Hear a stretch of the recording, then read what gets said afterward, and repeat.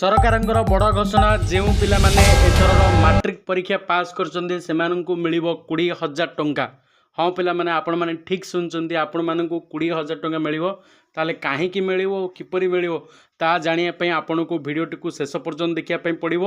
ଏବଂ ଚ୍ୟାନେଲକୁ ଯଦି ପ୍ରଥମ ଥର ଆସୁଛନ୍ତି ନା ତେବେ ଚ୍ୟାନେଲକୁ ନିହାତି ସବସ୍କ୍ରାଇବ୍ କରନ୍ତୁ, ପାଖରେ ଥିବା ବେଲ୍ ଆଇକନ୍କୁ ପ୍ରେସ୍ କରିଦିଅନ୍ତୁ, କାରଣ ଏହିପରି ଗୁରୁତ୍ୱପୂର୍ଣ୍ଣ ଅପଡ଼େଟ୍ ଆମ ଚ୍ୟାନେଲ ମାଧ୍ୟମରେ ଆପଣ ପାଇପାରିବେ।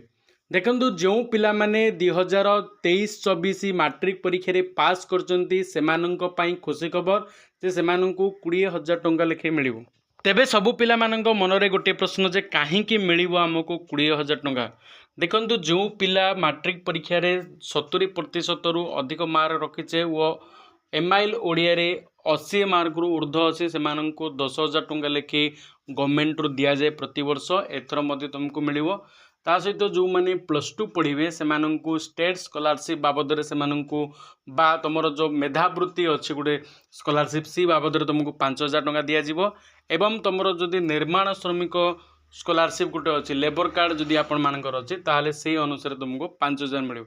ମୋଟ ବାବଦରେ ତୁମକୁ 20,000 ଟଙ୍କା ମିଳିବ ଦଶମ ପାସ୍ କରିଥିଲେ ପିଲାମାନେ। ତେଣୁ ଭିଡ଼ିଓଟିକୁ ନିହାତି ଲାଇକ୍ କରନ୍ତୁ ଓ ଅନ୍ୟ ପିଲାମାନଙ୍କୁ ମଧ୍ୟ ଭିଡ଼ିଓଟିକୁ ସେୟାର କରିଦିଅନ୍ତୁ।